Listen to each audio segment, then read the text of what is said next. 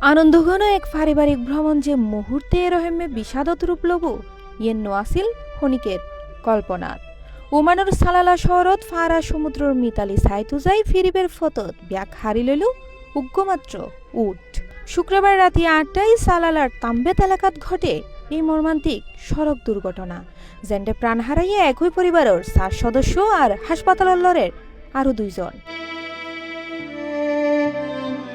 নিহত অললদি চট্টগ্রামের ফটিকছড়ি উপজেলার ছোট সিলোনিয়া গ্রামের ওমান প্রবাসী বিলকিস আক্তার, তার একমাত্র ফুয়া মোহাম্মদ সাকিবুল হাসান ও তার মিয়াফার জামাই মোহাম্মদ দিদার এবং তার পুত্রবধূ যার নাম জানানো যায়। দুর্ঘটনার সময় গাড়িও চালাইতো আছিল সাকিব নিজেই। মুহূর্তেই এক সংঘর্ষে গাড়িও ধুমরে মুসরি যাইগু ঘটনাস্থলতেই চিরবিদায় লয় তারা ৩ জন।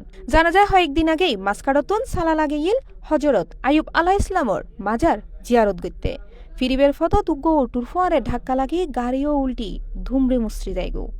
এই সময় পরিবারের ৫ সদস্য আহত হয়। হাসপাতালের লনর পর ৪ জনরে চিকিৎসক মৃত ঘোষণা করছে। পরিবারের একমাত্র ফুয়া সাকিবুর স্বপ্ন আছিল প্রবাসত প্রতিষ্ঠিত ওই পরিবারের হাল ধরিবে, কিন্তু ওই স্বপ্ন এখন ফটিকছড়ির ছোট সিলোনিয়া গ্রামর মা তোমার চকুর জলত মিশি গিয়েগু।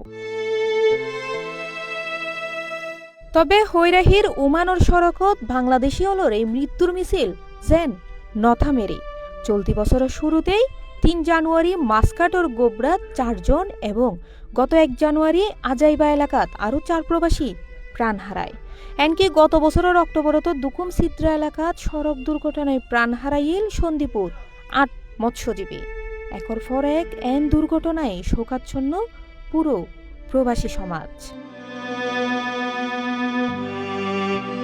নিহতলর মরদেহ দেশত ফিরে আনতে ওমানত অবস্থিত বাংলাদেশ দূতাবাস ব্যাগ ধরনের সহায়তা দেয়।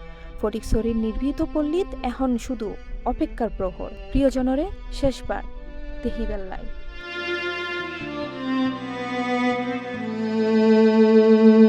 C plus TV, Chittagong.